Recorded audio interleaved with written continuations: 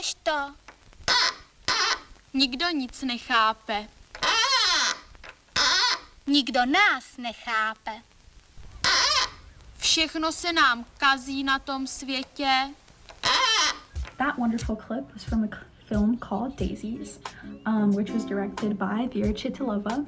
Daisies is a Czech film which was released in 1966 and follows two girls who, for throughout the majority of the movie, it's them essentially trying to scheme to get men to pay for their meals in extravagant eateries. Part of the film is them actually scheming, and another part of the film is them actually going through with their schemes of scamming men for essentially their paid meals. I really enjoyed this film because I feel like a lot of people see this film in a lot of different ways. There's some people who see this as a feminist interpretation and the ways in which these two girls not only take advantage of men, but also use their bodies in order to use it almost as bait for these men to tempt them into doing exactly what they want, as a reclamation of the female body. And then there's other people who see this more as like an anti-war sentiment. The director is known for pioneering something called the Czech New Wave, and the Czech New Wave was an era of filmmaking that was specifically dedicated to the anti-war sentiment. It was established in World War II and during the Soviet occupation, so a lot of people who were invested in this era of filmmaking were using specifically avant-garde filmmaking, similar to films like Daisies, in order to embrace this anti-war sentiment. Vera Chytilova used Daisies and a variety of other films to pioneer this method. And because of this, while I do agree with some of the feminist undertones that some people argue are within this film, I ultimately think that Daisies is a representation of anti-war sentiment, and the indulgence that's represented by the two girls is actually a use to reject the war. One perspective that I thought was really helpful in sort of leading me to this conclusion of Daisies as this anti-war sentiment is a video by Kristen Thompson, who describes what is called the motifs of destruction in Daisies. She gives particular examples of ways in which she thinks that there are certain images that represent the particular destruction that these girls are causing within the film. Thompson uses the example of the destruction in Daisies as using it as a representation of the self-destruction that these girls are causing within their lives. While the situation is very minor, the association between the ripping of the duvet to unleash a flowery underneath ends up creating this form of destruction that's created by Marie too, who is the woman in the pink dress.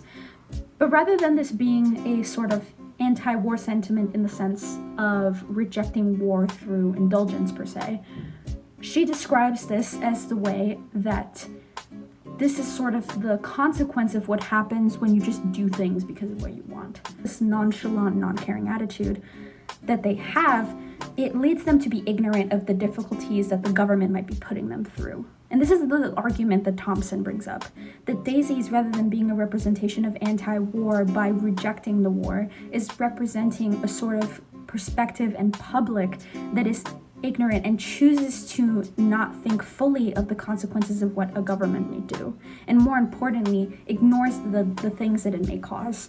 One example in Chytilova's own life is that the Czech government banned her from filmmaking because the films that she was making, like Daisies, were anti-war, and so they didn't want her to be spreading her own propaganda. The ways in which Thompson has highlighted different aspects of this film that I hadn't seen before is particularly with her description of a public who does not care to really look at the things that their government is doing. Because I interpreted this film as anti-war because of its indulgence and the ways in which that is a rejection of war.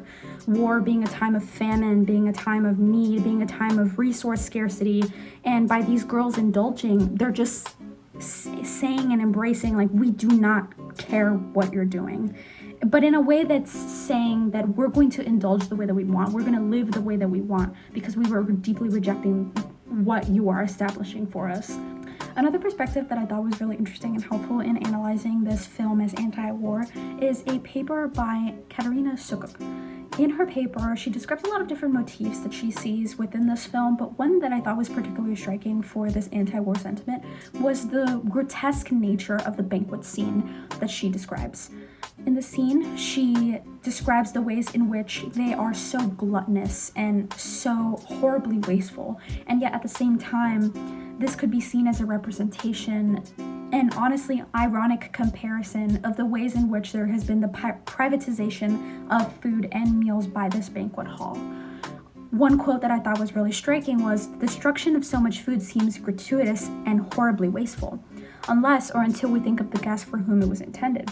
Could such a small group possibly have eaten all that food? Did they really need it?" The characters and the director's gestures of protest against the rich and powerful merely turn into elegant, conspicuous consumption into the gluttonous spectacle that it actually is. And what I find really interesting about this quote specifically is the ways in which it really sees and senses the irony of elite parties. At this particular time in history, there's such a scarcity in food, and people who might have seen this might have been just been deeply disgusted by the amount of waste that was happening. A lot of the meals that they had earlier in the film, for example, sausage, bread, pickles, are things that the average public might have gotten, as described by Thompson in her video. However, because of this comparison of the private bourgeoisie who have this ability to indulge and the recognition of would they have even been able to eat all this food with these two girls who are just completely destroying all the food in this dining hall, it makes you really think of the collective labor that might have been required to create this exclusivity. On one hand, we can just see the waste at its bare value, and then the second hand, we can see the ways in which this almost compares what she would call the monstrous gluttony of these two girls as a parody of what the actual bourgeoisie of this era would do. At any point in any war, not even just specifically with the Soviet occupation, scarcity of resources is something that is deeply prevalent and an issue among those of lower classes and the population in general of a given country. However, because of this call out to the privatization of even just food and resources with this banquet scene, we're able to see the sort of critique that Chytilova has with the bourgeoisie. One final thought that I had about this paper is the ways in which it represents the eat or be eaten mentality. Both the literal sense of either eating the food or not eating the food, and the less literal sense of being part of this ironic bourgeoisie who will indulge in a grotesque way, or being part of the lower class who has no resources. Lastly, I think that both of these texts ultimately highlight that my own personal perspective of this film is definitely looking at this film a little bit more positively.